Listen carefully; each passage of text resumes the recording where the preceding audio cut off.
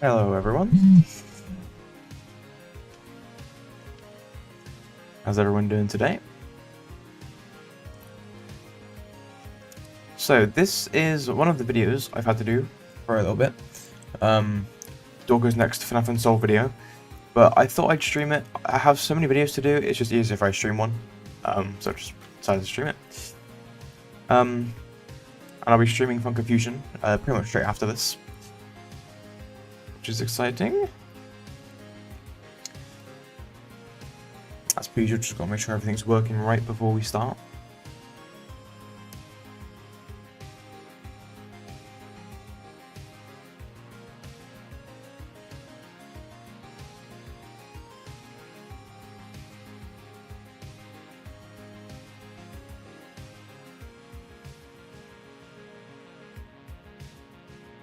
Everything seems to be good.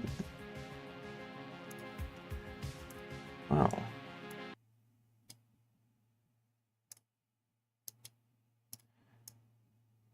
Well then, let's get going, shall we? FNAF Unsolved Midnight Motorist. This is featuring MATPAT as well, which is cool.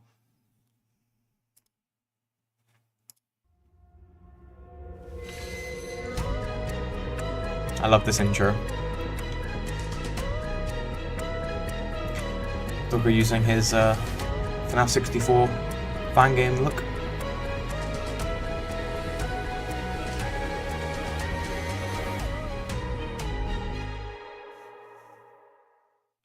What's going on, guys? DAWKO back again. We're gonna talk about some unsolved mysteries in FNAF. That was 10 out of 10. 10 out of Gold 10. has done it again, guys. That's actually a pretty good impression, I can't lie. Brilliant game, guys. Just absolutely brilliant game. Oh, that was amazing. Well, MATPAT already did the intro, guys, so I'm not going to do it. Welcome to No, you simply must. You show me how poorly I did. No, okay. What's going on, guys? DAWKO back again. Hope you are fantastic today. And welcome to episode 2 of FNAF Unsolved. Ooh.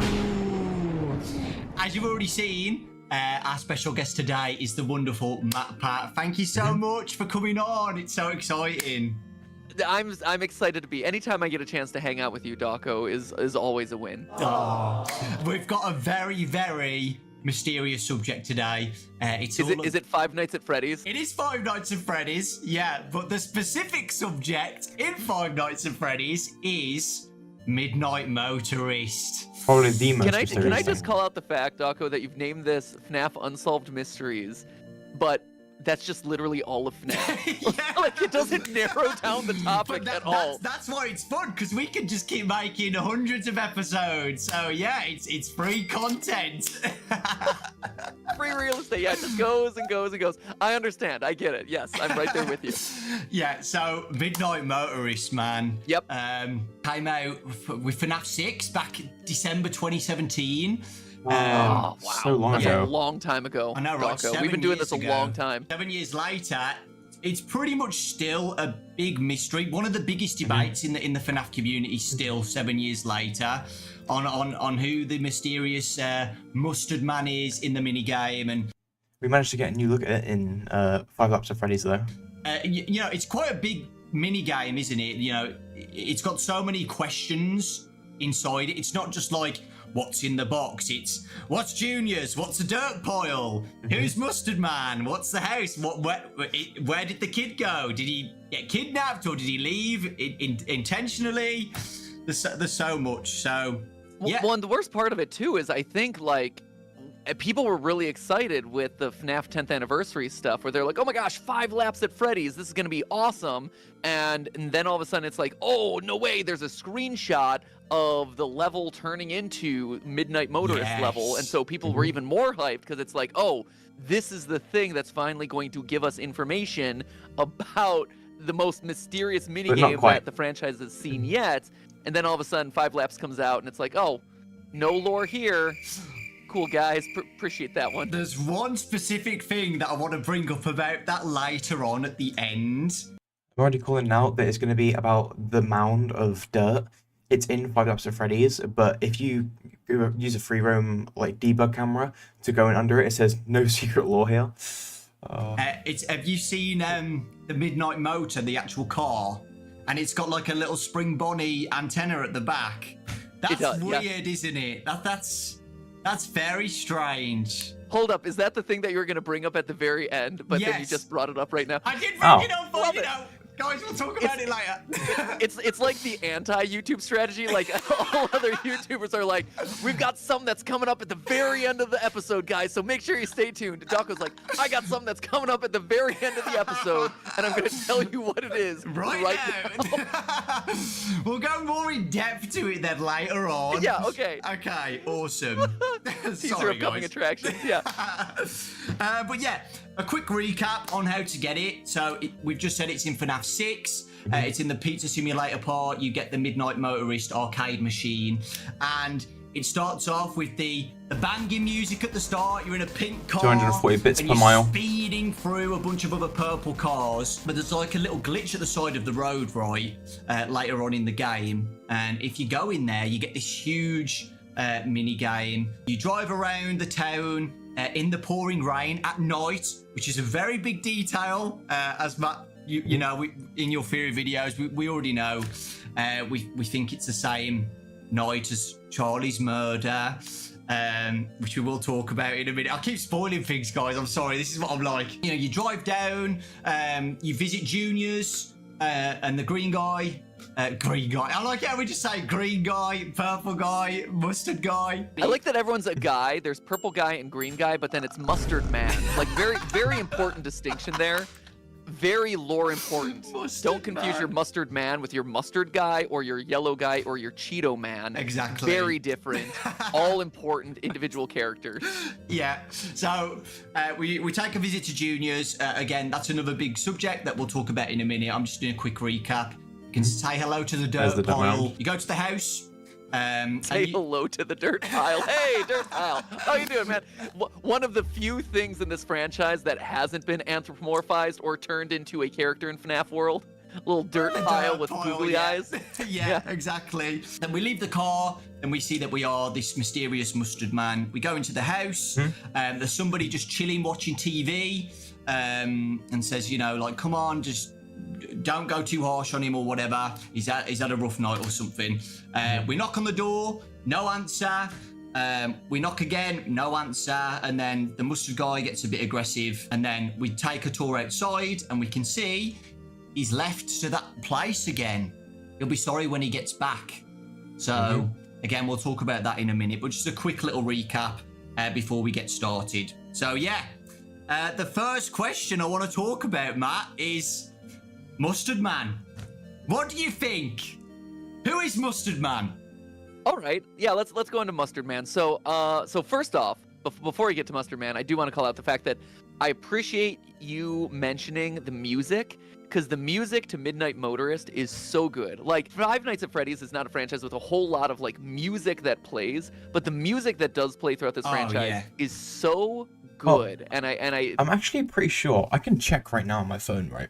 I have, because I have every single piece of FNAF music downloaded, right? Like from every game, even the troll games and spin-offs, literally everything. Let's see here. 464. I don't know if you'll be able to see it very well, but 464 tunes. That's in every game up till now, past 10 years. Every normal game, every spin-off, every fanverse, the movie, even the audio from the audiobooks. Like everything, man. Everything. I think it's easy to sleep on the music in this franchise. Midnight Motorist is a banger. It is, For a while, I was writing all my scripts to Midnight Motorist just playing on loop in the background. No joke. Like, I would just like rock out to it, and I would just like write my scripts for like 5, 6, 7 hours at a time. The way I struggle with like new songs, and I struggle with songs with lyrics, and so I need stuff with like a good beat that gets me into a right mindset, but is like repetitive and familiar enough that it doesn't distract me from what I'm doing. And so yeah, I'll just play the same song on loop for like 8-hour blocks of time.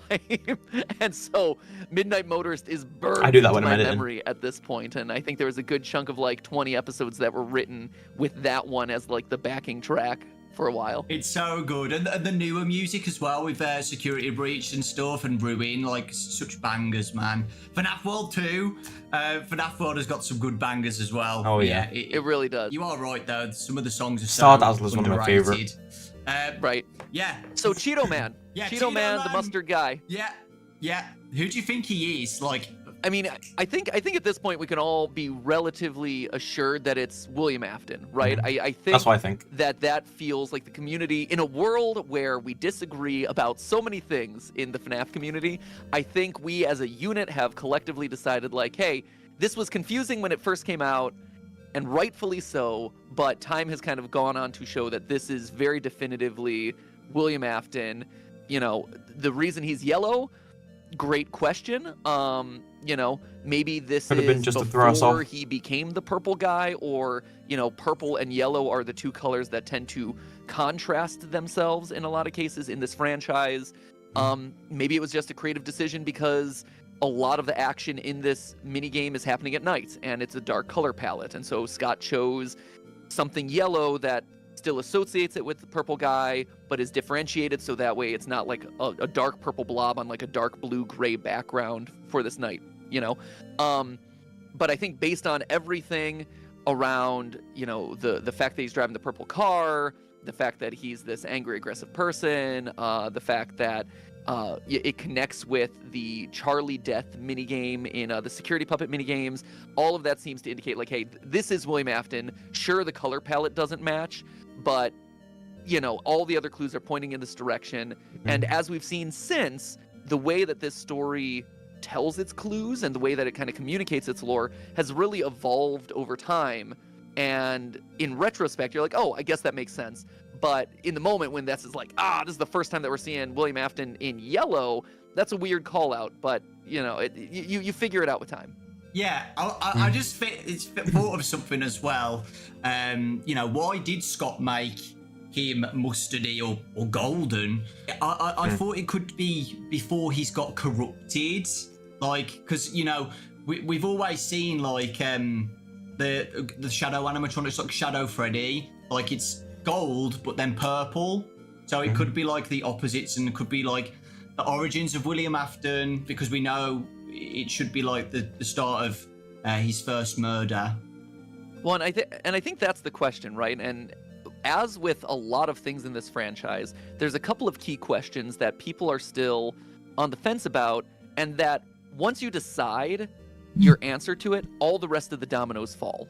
And so and so many other pieces fit into place. So, for instance here, if Charlie is in fact William Afton's first murder, and this is that night, because the minigame's later that night, right? And this is the night of Charlie's murder, then yeah, him being yellow makes a lot of sense because he has not descended or evolved into the purple guy yet, right? Like, this is his first murder, he's not a serial killer, and so this is the first of what will be a line of murders, and so he goes from yellow, So many. innocent, whatever, to evil, purple, sinister color that he ends up being for the rest of the franchise, right? So if Charlie is in fact the first murder, that works out really well. But as we've seen with, you know, some of the more recent entries with like Help Wanted 2 and the gravestones and the puppets, right? Where Charlie and the puppet is actually the last of the ones revealed to kind of like solve the code at the end of Help Wanted 2, and you unlock the Bonnie bully mask at the end of that one. Is that implying that Charlie the puppet is the last of the murder victims? In which case that theory doesn't hold as much water, right? That the yellow to purple. It makes sense for And Charlotte so to die first, It's one of those things where, story-wise. depending on other answers to the franchise, certain things do or don't make sense, right? Like there, you can, and that's the endless frustration and beauty of this franchise, is that there are so many clues that work that way, where you can line up the dominoes, and they all make sense, and they make a logical progression. It's like, oh, baby was the first murdered, which is why the crying child, that's what the crying child saw, and so that's why he sees a bunch of stomach mouths, and that's why he's afraid of the animatronics, and that's why there's only 2 people in the FNAF 4 house. You know, that's why he keeps breaking out to visit a gravesite, and those dominoes all line up. But the first domino is was Elizabeth Afton scooped by baby first, right? That's a big if, right? That's a big question mark. The whole Charlie thing then, you know, where does Charlie fit in, and is it before the bite victim? Is it before Elizabeth? The first murders of this franchise really function as these first dominoes that there's a lot of lore bits that we as a community have put together that make narrative sense in any of those directions. It's just you're still waiting to figure out what that first domino is to fall to tell us what track we're on. Thank you for coming to my TED Talk. Yeah, I don't know how to come back from that. That was just amazing. You know, whether Charlie's the first victim or not, we still think it's the same night, right? You know, especially at the start of Midnight Motorist, he's speeding through the highway to get back home. So yeah, I do think there's a connection there. Mustard Man being William Afton. Can you think of anybody else at the top of your head who it could possibly be if it's not William? I had an idea where it could just be a random parent and it's like a missing kid incident where the kid goes missing. But again, there's something specific in where the window's broke where I don't think it is that. With the animatronic footprints, right? Like they're not. Yeah. I'm pretty sure they're not at the window. They're just in the bushes. The footprints are always the thing that's frustrated me about this one, right? And that's actually one of my biggest problems with the William Afton being purple guy, or not purple guy, a mustard man, is the fact that, so if he is the mustard man, if he is Cheeto guy or whatever, what are those animatronic footprints then? Yeah. Like they don't match many of I the remember when that animatronics either. minigame first came out, and even though like your gut says, oh, this has got to be William Afton, color's weird, but also like, who then is the animatronic standing outside of the window? Like you see that almost as like an animatronic luring a kid or trying to like draw a kid out of their house, so much so that the kid actively breaks out of their window, right? And I think that that's the other side here, is the kid's locked in their room and we see the glass outside of the house, right? Which means that they broke the window from the inside going out. And they're going out to pursue or kind of hang out with this animatronic. It's a very weird detail, and all the explanations in the world never really come up with a satisfying, like for all the dominoes that we line up, I've never really seen a satisfying answer to why are there animatronic footprints out there in the rain outside that window. You know, the best explanation, right, has always been, oh, is this, you know, one of the murder victims, one of the missing children, Golden Freddy, what have you. It's one of them appearing as a spirit or like a physicalized form, and beckoning to. And now we've seen Golden Freddy. Now we've seen Golden Freddy leave the pizzeria as well in the FNAF movie. This could make a lot more sense. Come out and join them, and I think that that's probably the solution there, right? We see in the Fazbear Fright stories. One of the Fazbear Fright stories, it's I forget the official name of it, but it's like Welcome Home or something like that, where it's the story of Chica coming to visit a little girl in her home at night and basically trying to bring this girl into the afterlife, or kind of like bring this girl into, God doesn't realize she's dead. The next life, and they kind of like pass through a barrier and ascend to, you know, the next plane of existence or whatever. But Chica has a physical form in that story and actively kind of like pursues this girl at her house, comes at her at night, and draws her away from the house. And that one always felt like a very strong parallel to me of the Midnight Motorist events that we're seeing. So that's what I think that story was going for, and I think that's what it was trying to communicate, was the spirits can leave the pizzeria and the animatronics that they're possessing are physical. They have a physical weight and presence in the world, which would leave footprints or damage or things like that. We also saw that in the FNAF movie, right? Yeah. Where in the FNAF movie, the animatronics, we think of them as these entities that are stuck to the locations, the pizzerias, things like that. But as we see, you know, Golden Freddy is able to take a cab ride with Koryax Kenshin and is able to, you know, cause our dear old aunt to die awkwardly off camera for a little bit, you know. So we see that the animatronics are more portable and more maneuverable than I think the games kind of give you the impression. Yeah, I agree with that. I think right, okay, well, because we're on this subject anyway, I do think Mustard Man's William Afton. I think that animatronic could be Golden Freddy out of everybody, in my opinion. Who do you think the kid is? Do you think it was the crying child who left the house, or Michael? To me, it feels like it's the crying child. Mm-hmm. I think it kind of has to be. Yeah. In a lot of cases, right? Because you have the gray coloring of the character who is sitting on the couch in front of the TV, which was associated with the gray coloring of Mike Afton during FNAF 4. So you have that continuity of storytelling there.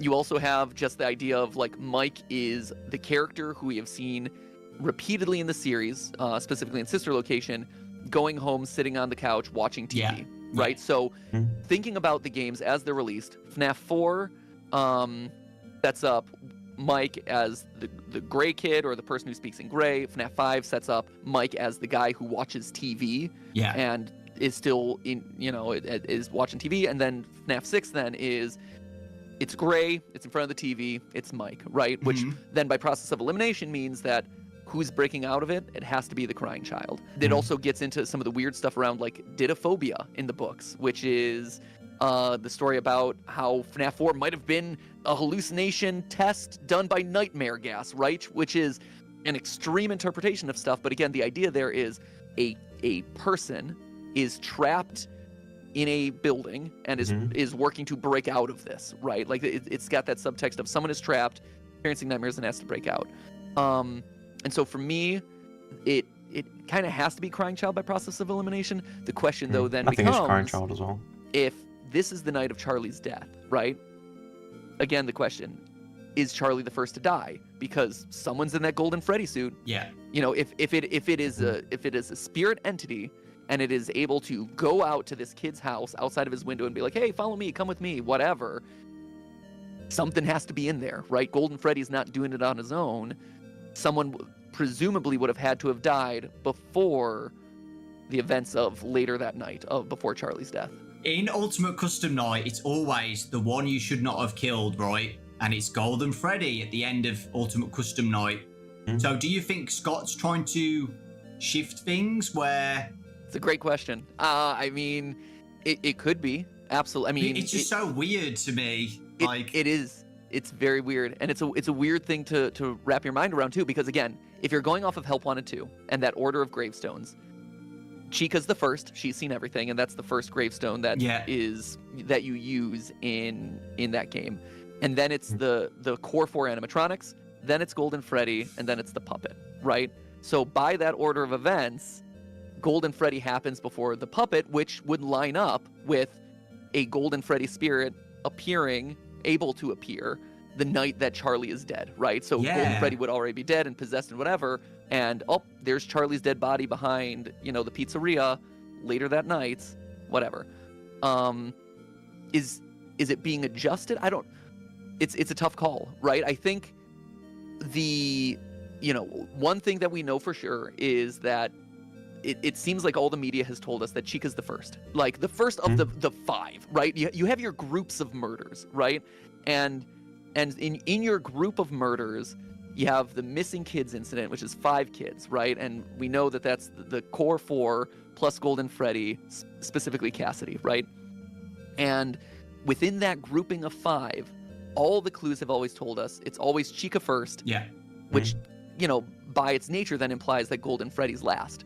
And going back to Help Wanted 2, the order of the gravestones, same thing, right? We see Chica first, Golden Freddy's last. And the order of when Spring Bonnie takes each kid back to the back room in the FNAF movie intro. So, for as frustrating to the lore as that bit makes it, it does seem like more and more clues are kind of like pushing, like the later into the story that we've gotten, the more and more clues have been pushing like, hey, no, the missing children incident was like the first major series of murders here. Golden Freddy was the tail end of those because, if you study serial killers and things like that, the first murder tends to be weird because they're finding themselves, maybe it's a crime of passion, maybe it's an accident, they haven't figured out what their routine is yet. And then also on serial killer lore, Like later murders tend to get weird too because they get overconfident, right? They oh, I haven't been caught yet. I can't be stopped. They have this god complex, and so they start to get sloppy. They start to get overly aggressive, and those are ultimately the things that end up getting them caught, right? That's why serial killers tend to get caught. And so Golden Freddy either has to be the first or the last. And similarly with Charlie. Charlie has to be either one of the first or one of the last. Whoever this animatronic is, right, luring the crying child out to that place again. Why? Why? Yeah, great question. I mean, one thing that I think is reasonable to assume is, well, I think there's two possibilities, right?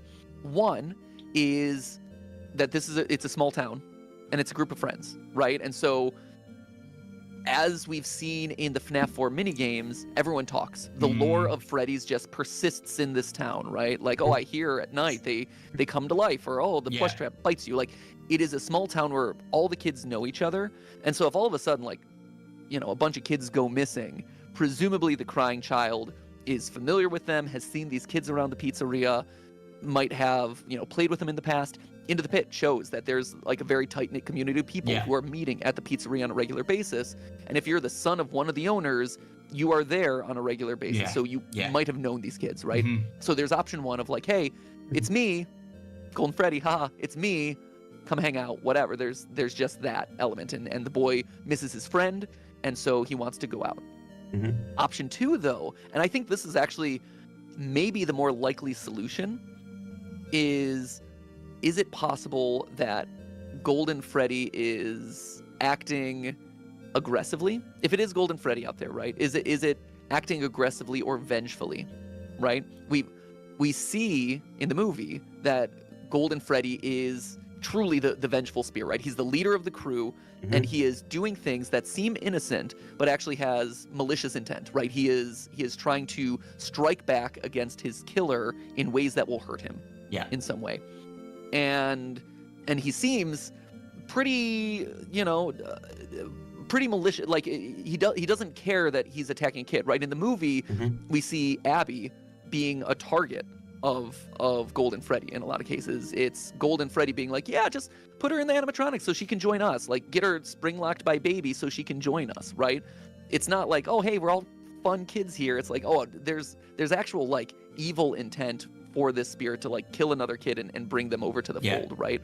And so to me, one possibility here is maybe it is Golden Freddy trying to lure Afton's family out, or a member of Afton's family out that Afton cares about, to lash back at this person who killed him and actually get revenge in whatever capacity he can. I like both of those points. The thing is with the second option is it's interesting how Afton doesn't really care that much that he's gone. He says, oh, he'll be sorry when he gets back, like knowing that he's going to return. So I feel like if Golden Freddy had malicious intents, Crying Child would have got killed at that point, right? Or something bad would have happened. I do like the first one though, about them being friends originally. There was a bond with them. I remember in FNAF 4, the Crying Child has a real close bond with his plushies, excluding Foxy because Michael's ruined that. But he has a really close bond with them, that they're his friends. That could be a metaphor that he's friends with the spirits as well, or something like that. No, that's a really good call out, and I think I was talking through it in real time. I'm like, oh, that's an interesting twist that you could pursue. But no, I think you're actually right. It is that friendship mentality, which again, going back to the movie, is an indicator. Like, I think the movie showed interactions with the animatronics that we hadn't really seen yet. Like the animatronics actually being fun and friendly and playful, right? And they're being fun and friendly and playful with Abby as a fellow kid.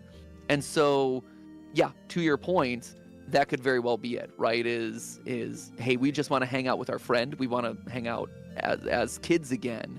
And so we don't want to hurt this kid. And Crying Child enjoys that, right? It's fun for them. They want to go back there, just like Abby wants to go back to the pizzeria to hang out with her buddies, the animatronics, until things take a turn for the worse. Yeah.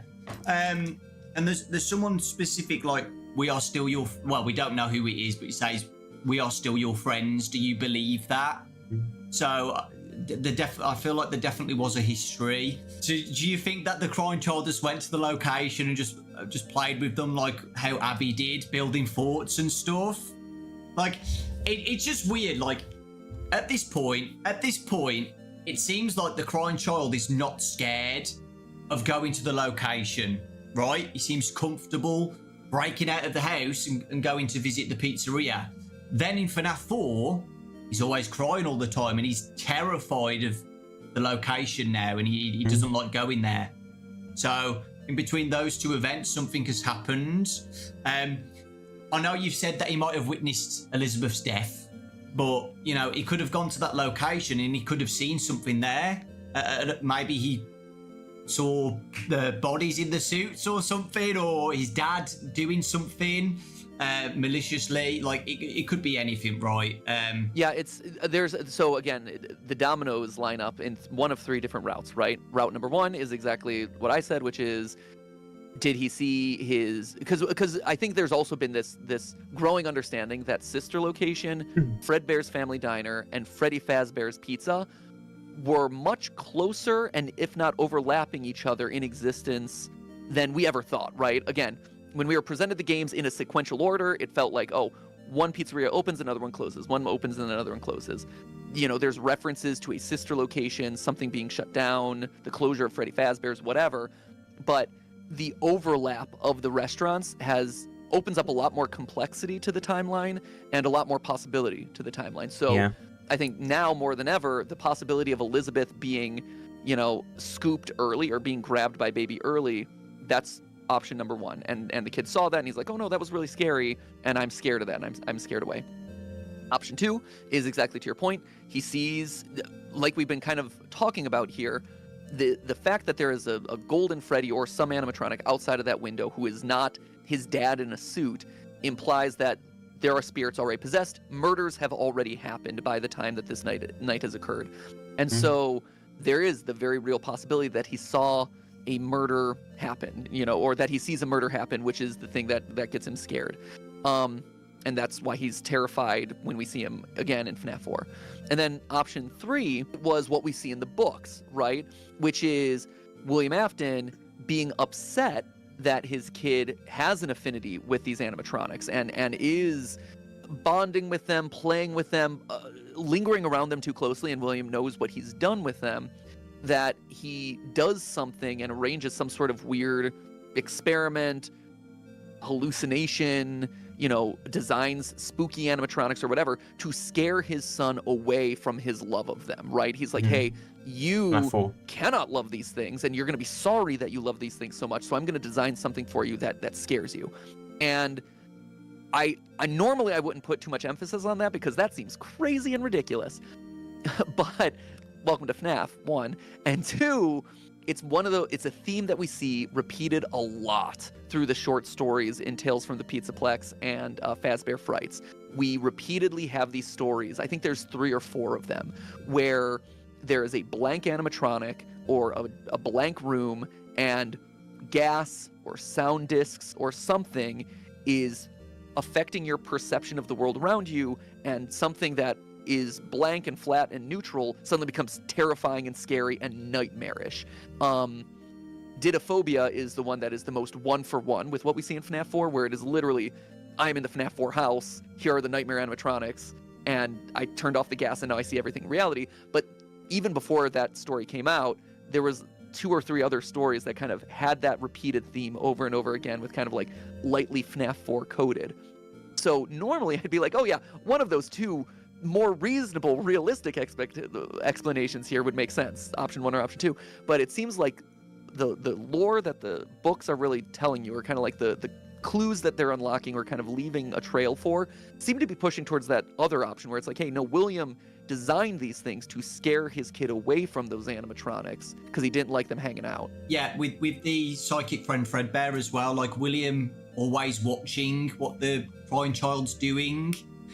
Was he doing that because he just wanted to protect the crying child from getting hurt or having an accident like Elizabeth? or was it malicious? He's watching everything he's doing to make sure he's not interacting with the spirits, not knowing anymore. He ties doesn't want into his the son Fredbear knowing what plush he's as well. done, basically. Right? Yeah, it's the poor crying child's living in like a surveillance state. Yeah, this Yeah. this Very series is strange. really good so far. Yeah, exactly. Also, hello. So yeah, that was deep. That was a very, very deep talk about the crying child. That was crazy, and that was really good. That is this franchise, right? Like, I think for as much frustration as the lore provides, the fun, it's like a Rubik's Cube, right? Where you have all the colors and dots and they all have their individual pieces, and the way that you arrange them, you can solve it in a lot of different ways, and all of them are valid.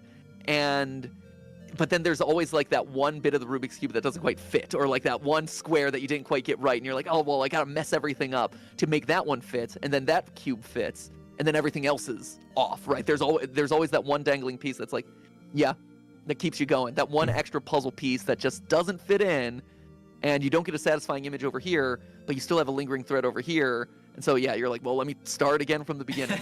Yeah. That's literally FNAF in a nutshell. Quickly, as well, what do you think Junior's is?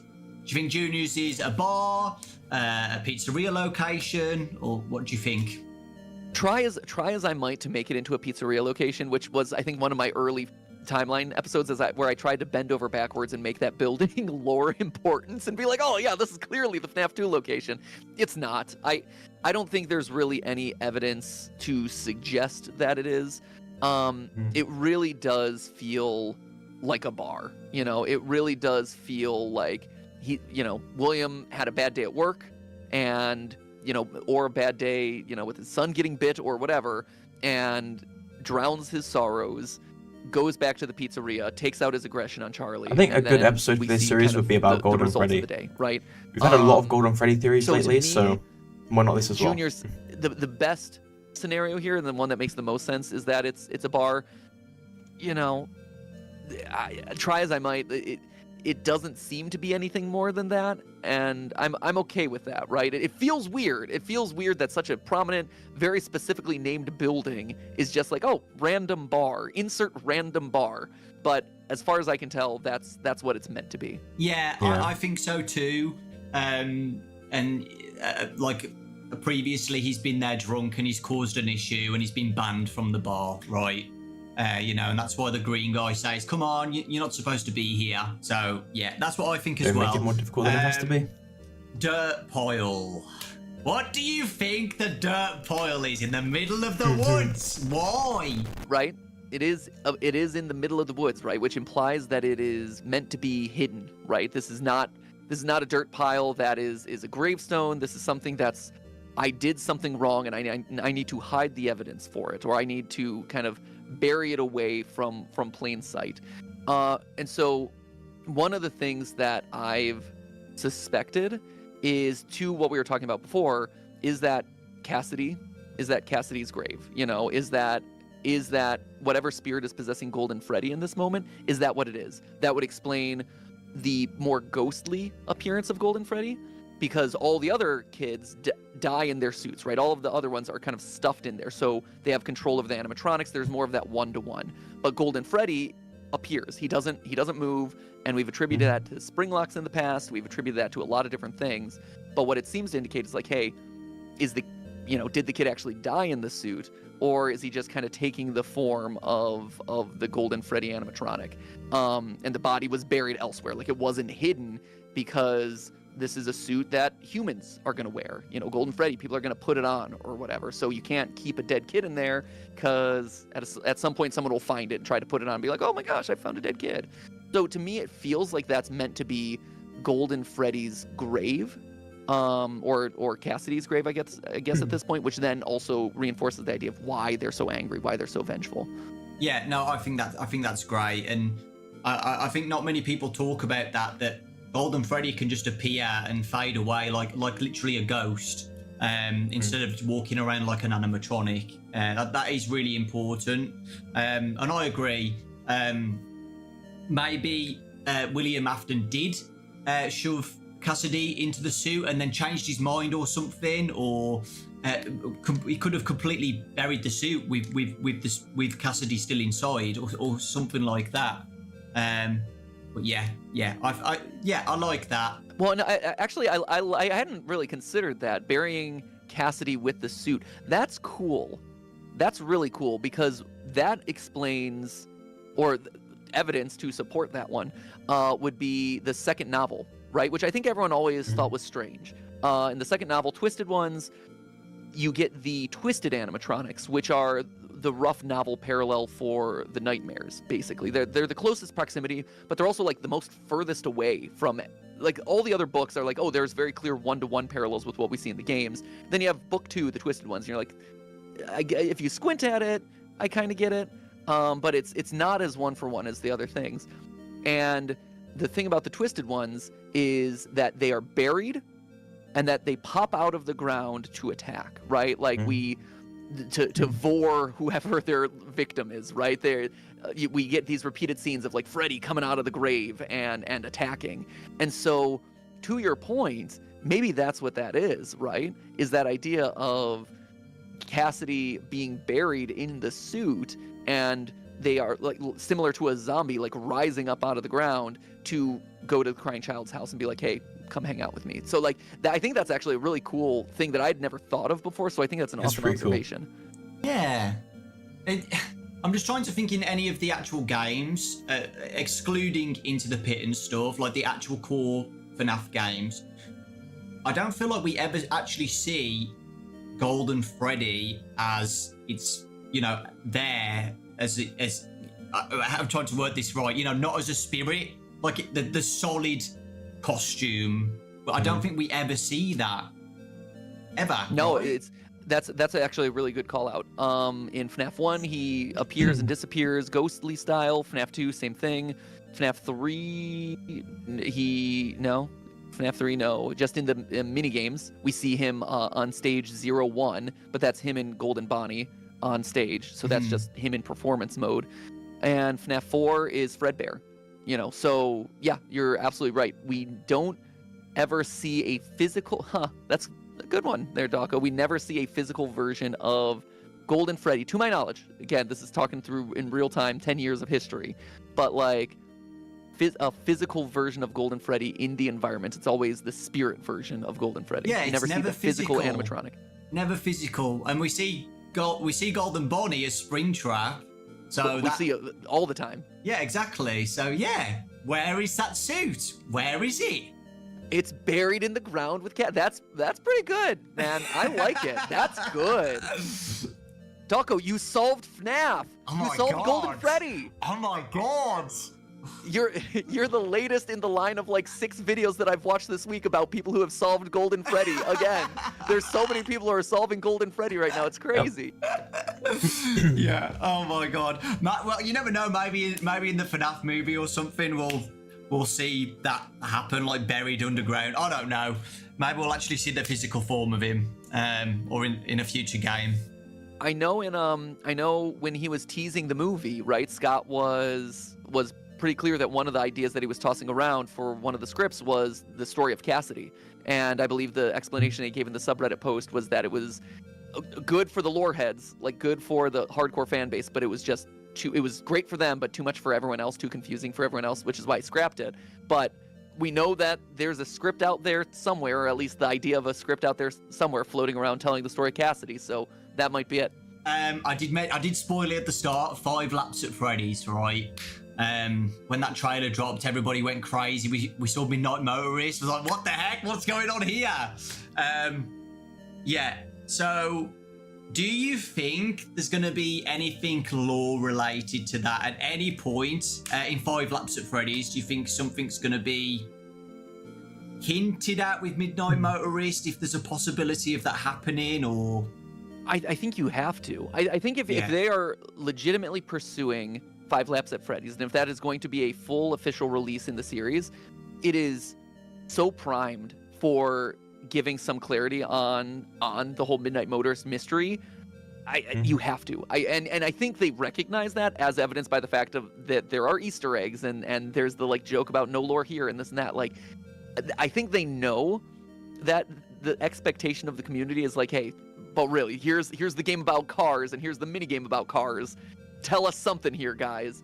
So I would expect that to be a yes, you know, and as we've seen with the interview that you just did with Scott, I think we're entering into an era where Scott is being more and more open and more willing to explain some of the decisions of the creative. Maybe not give all the answers away, but at least give more clarity or give more hints to what the true intentions were behind things, or what some of those answers were to some of those older games, right? Because now us as the Thieves community are into the weeds for things like Ruin and Help Wanted 2 and Secrets of the Mimic and stuff, right? Like the new generation of FNAF theorizing with the Mimic and AI being kind of like the big themes.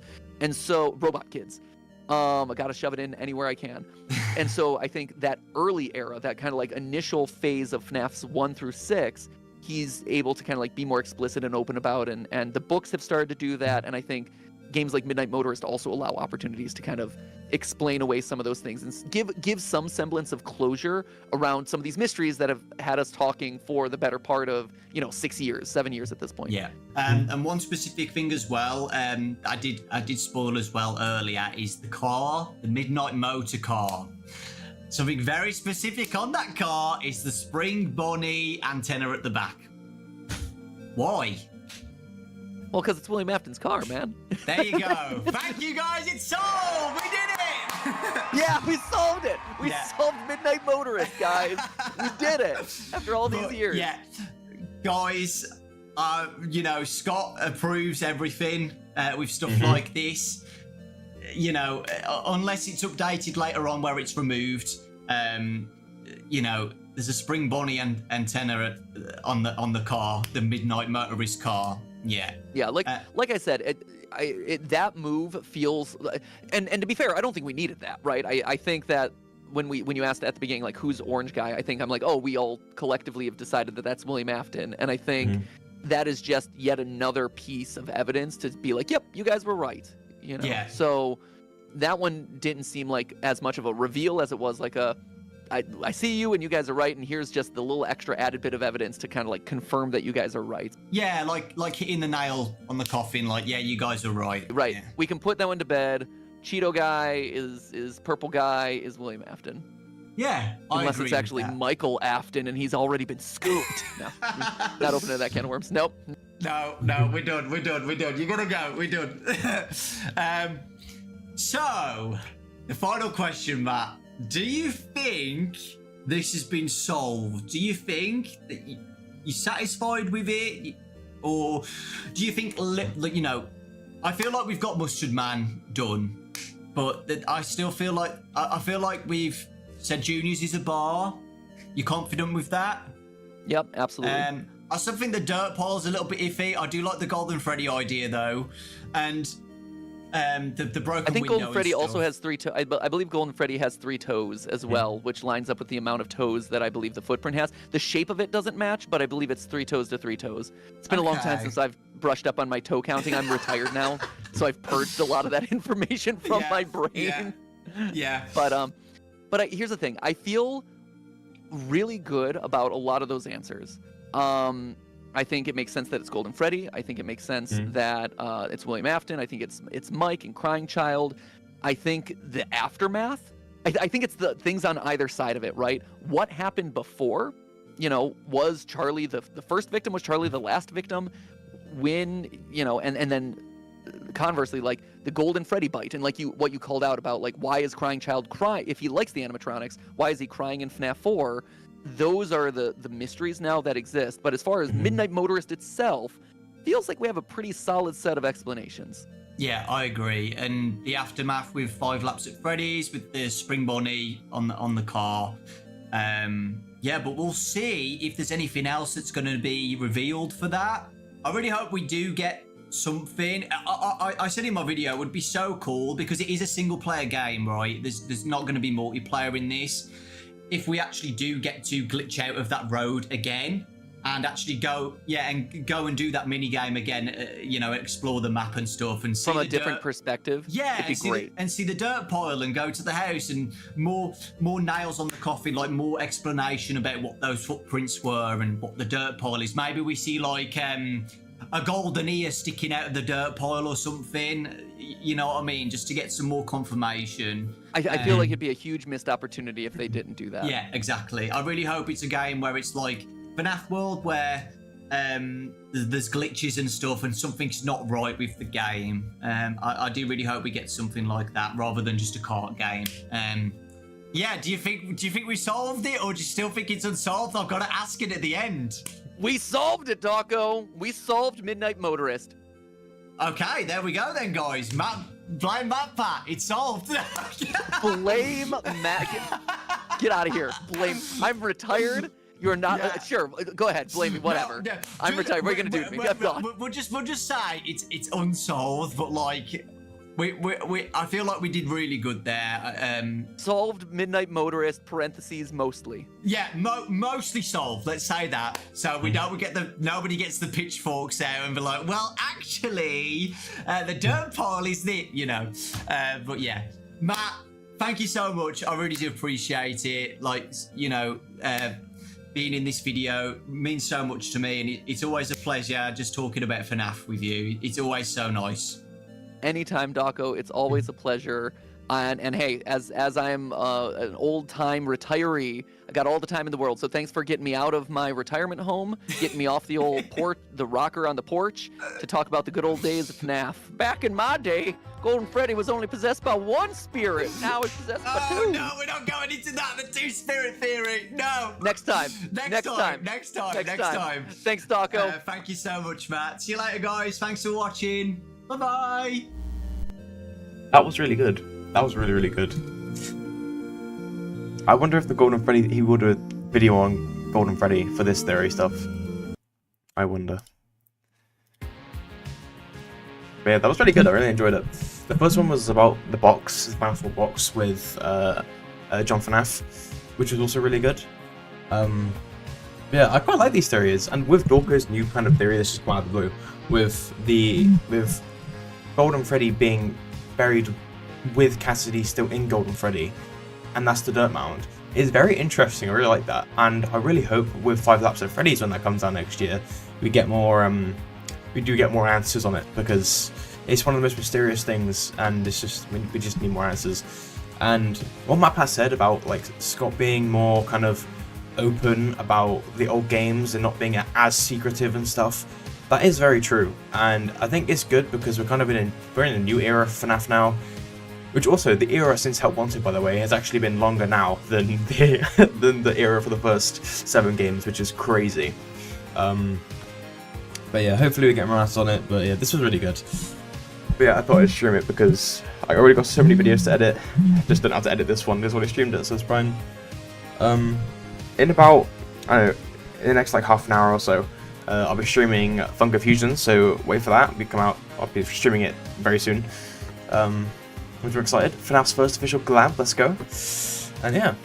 And then stream-wise, I have finished filming the main parts of Into the Pit and finishing the story and everything.